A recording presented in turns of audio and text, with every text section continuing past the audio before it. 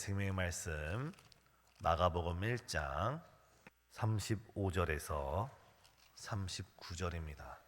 새벽 아직도 밝기 전에 예수께서 일어나 나가 한적한 곳으로 가사 거기서 기도하시더니 시몬과 및 그와 함께 있는 자들이 예수의 뒤를 따라가 만나서 이르되 모든 사람이 주를 찾나이다. 이르시되 우리가 다른 가까운 마을들로 가자.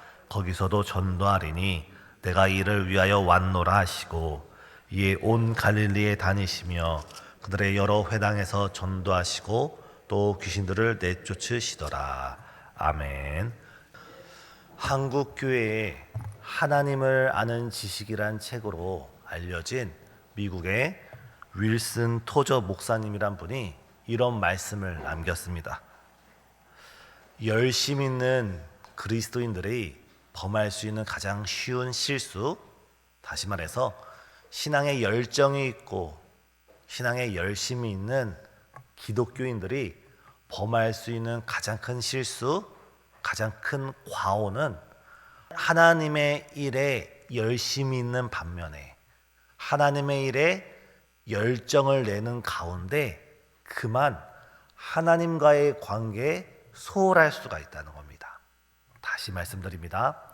오늘날 기독교인들이 범할 수 있는, 특별히 열심 있고 열정적이고 교회 중직과 헌신자들이 범할 수 있는 가장 큰 과오, 실수는 하나님이 맡겨주신 사명에 충성하다가 그만 하나님과의 관계를 소홀할 수 있다는 것입니다. 예를 들어서 이번 주 교사대학이 있습니다. 교사 선생님들께서 교사 직분에 충성하고 헌신하고 수고를 하다가 그 일에 집중한 나머지 본인이 인격적으로 하나님과의 관계에 소홀할 수가 있다는 것입니다. 그렇게 기도의 자리를 멀리하고 예배의 자리를 멀리하고 한두 번 하나님과의 관계의 자리를 빠지다 보면 하나님과의 관계가 깊어지는 기도의 자리, 예배의 자리를 통해서 얻게 되는 하나님이 주시는 평안, 위로, 충만함을 점차 잃어버리게 되고 결국에는 그 열정마저도 잃어버릴 수 있다는 것입니다. 오늘 본문의 예수님의 모습을 보면 예수는 매우 바쁜 삶을 사셨음에도 공생의 3년 6개월 동안 매우 치열한 삶을 사셨음에도 불구하고 우리 예수님께서는 항상 하나님과의 교제하는 일, 하나님과의 인격적인 사귐을 갖는 그 기도의 시간을 가장 중요하게 여겼다는 것을 우리가 깨달을 수 있습니다. 오늘 예수님의 기도의 모습을 바라보면서 우리도 모든 일에 기도를 가장 중요하게 여기는 우리 모든 성도님 되시길 간절히 소망합니다. 첫 번째, 우리 예수님께서는 그 어떤 일에도 기도의 자리를 지키셨습니다. 오늘 본문 우리가 35절부터 39절까지 말씀을 읽어봤지만 이것이 안식 후 다음 날인데 사실 이 본문을 보다 더 깊이 이해하기 위해서는 그 전날 안식일에 예수님께서 어떤 일을 행하셨는지 잠시 살펴볼 필요가 있습니다. 본문 21절을 보면 안식일 이른 아침에 예수님께서는 가버나움 마을에 있는 한 회당에 들어가셨습니다. 그곳에서 하나님의 말씀을 가지시고 말씀을 가르치실 때 어떤 일이 일어났나요? 예수님의 그 말씀에 수많은 사람들이 그 목수의 아들 예수님의 말씀을 들으면서 매우 놀라게 됩니다. 왜냐하면 분명히 예수님은 제대로 교육을 받지 못했던 사람인데 그 가르침이 율법과 서기관들의 가르침과는 달랐고 매우 권위 있고 매우 권위 있는 가르침이었기에 사람들은 놀라게 됩니다. 더 큰 사건은 그 자리에 귀신 들린 사람이 앉아 있었는데 예수님의 말씀을 듣다가 그가 소리를 지르고 그가 예배를 회방할 때 예수님께서 그를 꾸짖으시면서 잠잠하고 그에게서 나오라 말할 때 귀신이 떠나가고 그 귀신 들렸던 자가 온전히 회복되었습니다. 우리가 이번 교사대학을 준비하면서 특별히 우리가 우리 교사 선생님들을 위하여 기도의 것은 우리 선생님들이 아이들을 가르칠 때 그냥 성경 지식으로 가르치고 공과 교재 수준에서 가르치는 것이 아니라 그 가르침 속에 하나님의 권위, 하나님의 능력이 나타나서 우리 아이들 마음 가운데 생명의 역사가 싹트기를 함께 기도한 우리 성도님 되시길 간절히 소망합니다. 이런 놀라운 일을 예수님께서 행하신 다음에 우리 주일 예배를 생각하면 됩니다. 주일 예배를 마치고 나서 안식일을 마치고 나서 예배를 마치고 나서 예수님께서는 그 예배당을 나오셔서 그 다음에 베드로의 집에 들어가십니다. 근데 우리가 다 알고 있지 않습니까? 예수님께서 베드로의 집을 신방하셔서 그 집에 들어가자마자 예수님 눈에 보였던 것은 거기에 열병으로 앓아 누워있는 베드로의 장모가 있는 것입니다. 오늘날 독감에 걸리고 코로나에 걸리고 여러 열병에 걸리면 예방접종을 제때하고 또한 병원에서 제대로 치료만 받는다면 큰 어려움이 없습니다. 하지만 지금으로부터 2000년 전의 열병이란 것은 생명을 빼앗아 갈 수도 있는 그런 큰 질병이었습니다. 이에 예수님께서는 그 베드로의 집에 들어가자마자 그 베드로의 장모를 고치시고 그에게 손을 내밀어 그를 일으키시면서 그녀를 회복시켜 주셨습니다. 이 시간 이 자리에 앉아있는 모든 육신의 질병 가운데 있는 우리 성도님, 때로는 이 자리에 나오고 싶어도 영상으로 예배드리고 때로는 병상 가운데 때로는 병원 가운데 있는 모든 성도님에게 우리 주님께서 영적으로 안수하여 주셔서 회복과 치유의 역사가 있길 간절히 소원합니다. 이렇게 예수님께서는 그 베드로의 병을 고쳐주시고 그 집에서 늦은 시간까지 저녁 시간까지 신방을 이어가십니다. 그럴 때 어떤 역사가 일어나나요? 바로 32절을 보면 해가 지자 예수님이 계신 그 베드로의 집에 예수님께서 가버나움에서 귀신을 내어 쫓고 베드로의 장모를 고쳤다라는 그 소문이 널리 퍼져서 동네 방내에 있는 모든 환자들이 모든 병자들이 예수님께 나옵니다. 이른 아침부터 시작된 사역이었고 밤 늦은 시간까지 예수님께서는 자신을 찾으러 온 이 많은 환자들과 병자들을 단 한 명도 그냥 돌려보내지 않고 한 명 한 명 기도해 주시고 한 명 한 명 치료해 주시고 한 영혼 한 영혼 회복시켜 주신 줄 믿습니다.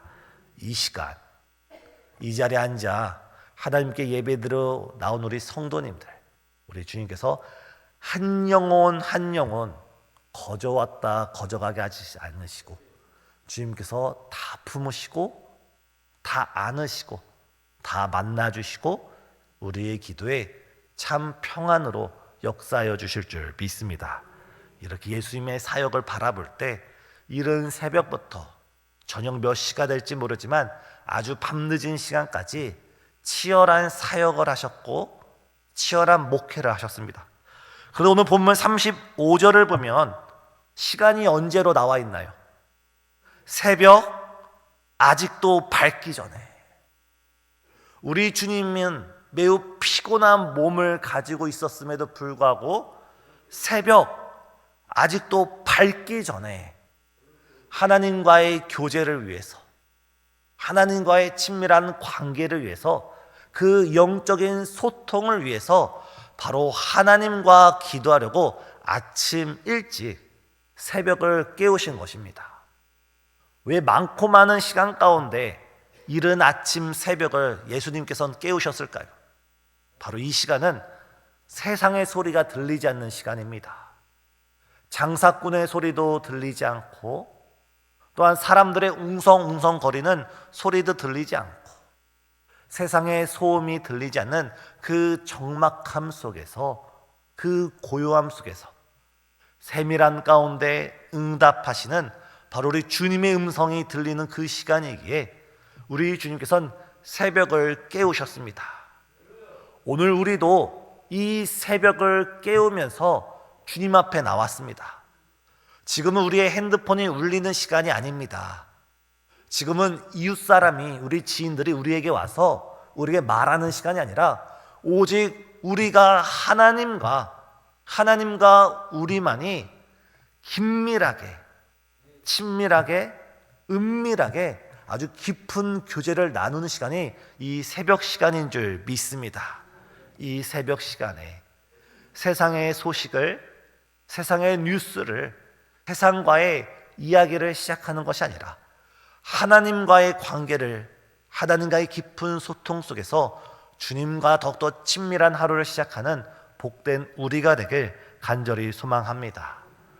요한복음 15장을 보면 예수님께서 포도나무 가지가 포도나무에 붙어 있지 아니하면 많은 열매를 맺을 수 없다라고 말을 했습니다. 우리가 기도드리는 것이 무엇입니까? 우리가 기도를 드린다 했을 때 우리의 기도의 첫 번째 목적이 우리의 소원을 하나님께 아래서 하나님께서 그것을 이루어 주신다라는 그런 1차원적인 수준에 우리가 머물러 있는 것이 아니라 우리가 하나님 안에 거하는 삶, 하나님이 우리 안에 거하는 삶, 우리가 하나님과의 매우 친밀한 인격적인 교제와 소통 속에서 주님과 동행하는 삶, 그 삶을 우리의 신앙의 목적으로 삼으시고 우리 권사님들의 찬양처럼 오늘도 주님과 함께 주님과 동행하며 승리하는 우리 신생주함께 모든 성도님 되시길 예수님의 이름으로 축복합니다. 그런데 예수님께서 새벽 아직도 밝기 전에 어디에서 기도하셨나요? 일어나 나가 한적한 곳으로 가사. 아니, 예수님께서 집 안에서 기도하실 수도 있습니다. 충분히 집 안에서 아직 다른 제자들은 자고 있고 본인이 방 안에 들어가서 문을 닫고 홀로 하나님과 방 안에서도 은밀히 기도할 수 있음에도 불구하고 왜 예수님께서는 집에서 떠나서, 마을에서 떠나서 집을 떠나 한적한 곳으로 나가 들에서, 산에서, 아무도 없는 곳에서 기도를 하셨을까요? 그것은 바로 기도 가운데 그 누구의 방해도 받지 않기 위해, 기도 가운데 그 어떤 장애도 겪지 않기 위해 들로 나가시고 산으로 나간 것입니다. 때로는 집에서 기도하다 보면은 때로는 다른 방에서 자고 있는 가족들의 신경 쓰일 때가 있고, 때로는 기도를 하다 보면 하나님의 은혜를 부어주실 때, 때로는 우리 마음 가운데 성령께서 감동을 주실 때 우리도 주체하지 못하고 우리의 기도 소리가 커질 때가 있습니다. 그런데 그런 가운데 집 안에 있고 집에서 기도를 하다 보면은 이것을 그대로 기도할 수 없어서 그런 답답함이 있을 줄 압니다. 근데 예수님께서는 이 새벽 시간에 하나님께 부르짖고 하나님께 간구하며 오늘 하루의 사역을, 오늘 하루의 삶을 전적으로 하나님께 매달리며 맡기기 위해서 우리 예수님께서는 기도하시려고 한적한 곳으로 나갔습니다. 교회는 만민이 기도하는 하나님의 집인 줄 믿습니다. 우리가 지금 이 시간 집에서 부르짖어 기도한다면 이웃 주민으로부터 민원이 들어올 겁니다. 우리가 이 시간 사람들 틈에서 부르짖어 기도한다면 사람들로부터 손가락질을 당할 수 있지만 만민이 부르짖는 하나님의 집에서, 교회에서 우리가 하나님께 부르짖을 때 하나님께서 우리를 만나주시고 또 우리의 그 부르짖는 모습이 때로는 다른 이들에게 귀한 본이 되어서 더욱더 우리 교회가 기도가 살아있는 교회로 더욱더 나아갈 줄 믿습니다.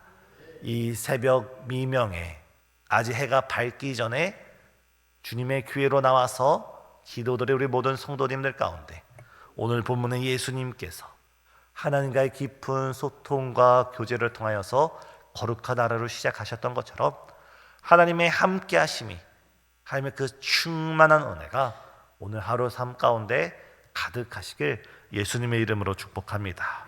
이렇게 예수님께서 하루 첫 시작을 기도로 시작하셨을 때, 기도로 하나님과의 관계를 우선시했을 때 예수님의 삶의 그 열매가, 결과가 어떠했나요? 이 36절과 37절을 보면 베드로와 그와 함께한 제자들이 예수님께 나옵니다. 그리고 예수님께 이렇게 말합니다. 모든 사람이 지금 주를 찾고 있습니다.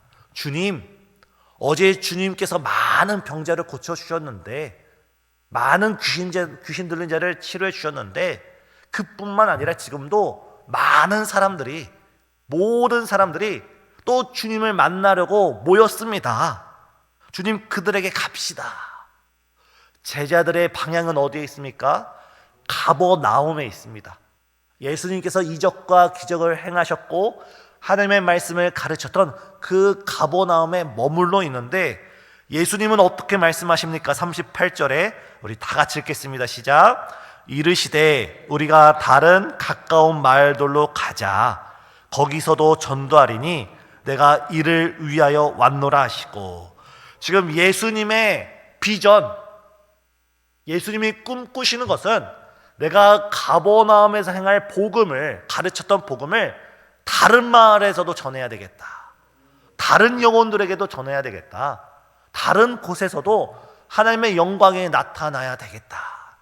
지금 제자들이 바라보고 있는 것은 작은 가버나움 마을이었지만, 예수님께서는 기도하시면서 하나님과의 깊은 관계 속에서 그 삼위일체 경륜적 역사 가운데 예수님께서는 다른 마을에도 복음이 더욱더 퍼져나갈 것을 꿈꾸시고 계획하시고 더 큰 비전을 향해 발걸음을 걷고 계시는 것입니다. 오늘 우리가 하나님 앞에 엎드려 기도할 때, 지금 우리가 기도하고 간구하는 것은 하나일지라도 기도 가운데 하나님께서 우리에게 깨달음을 주시고 지혜를 주시고 또 다른 영적 통찰력과 비전을 주셔서 더욱더 주님 안에서 우리의 삶이 하나님의 역사하심 가운데 더욱더 풍성해지고 더욱더 주님 앞에 확장되어서 정말 오늘 하루를 정복하고 다스리며 하나님의 자녀로 승리해 나가는 우리 성도님 되시길 예수님의 이름으로 축복합니다. 그러하기 위해서 이 새벽 시간에 이 기도의 장소에서 함께 부르짖고 간구하심으로써 더욱더 하나님과 하나 되어서 주님 안에 주님께서 약속하신 모든 축복을 누리시는 우리 성도님 되시길 간절히 소망합니다. 무엇보다도 이번 주 교사대학 가운데 정말 우리 선생님들이 먼저 살아나야 우리 아이들이 살아나고, 우리 아이들이 살아나야 우리 교회에 미래가 있습니다. 정말 우리 선생님들이 더욱더 기도의 본질을 되찾고 신앙의 본질을 회복할 수 있는 그런 교사대학 될 수 있도록 이 교사대학과 오시는 강사분 모든 선생님들을 위하여 함께 기도해 주시길 바랍니다. 기도하시겠습니다. 사랑과 은혜가 충만하신 하나님, 이 시간 우리가 다른 무엇보다도 하나님 한 분을 구하게 하여 주시고 예수님 한 분으로 만족하게 하여 주시오며, 주님이 내 안에 거하고 우리가 주님 안에 거함으로 성령 충만함으로 오늘 하루 승리해 나갈 수 있도록 우리에게 역사하여 주시옵소서. 지금 우리 마음 가운데 주님의 평안이 충만케 하여 주시고 한없는 은혜와 한량없는 자비로 우리를 용납하여 주시오며, 이 시간 우리가 주 앞에 부르짖고 간구할 때 주의 손으로 우리를 붙드시사 다시금 주의 십자가 군병으로 승리하는 복된 하루 될 수 있도록 주장해 주시옵소서. 무엇보다 이 시간 주 앞에 드리는 귀한 예물들 가운데 그 예물을 준비한 손길들, 그 마음 가운데 주께서 한량없는 주의 은혜를 베풀어 주시옵고, 마음의 간절한 소원과 여러 가지 기도 제목 가운데 주 앞에 드리는 손길들이 있사오니 주여 응답하시고 속히 이루어 주시옵소서. 무엇보다도 이번 주 교사대학 가운데 우리의 사명이 회복되어지고 하나님과의 관계가 다시금 회복되어지는 거룩한 시간 되시도록 역사하여 주시오며, 이 시간 주 앞에 부르짖는 모든 영혼들마다 주님의 기쁘신 뜻을 깨닫는 거룩한 아침 되시도록 우리를 인도해 주시옵소서. 예수님의 이름으로 기도드려옵나이다. 아멘.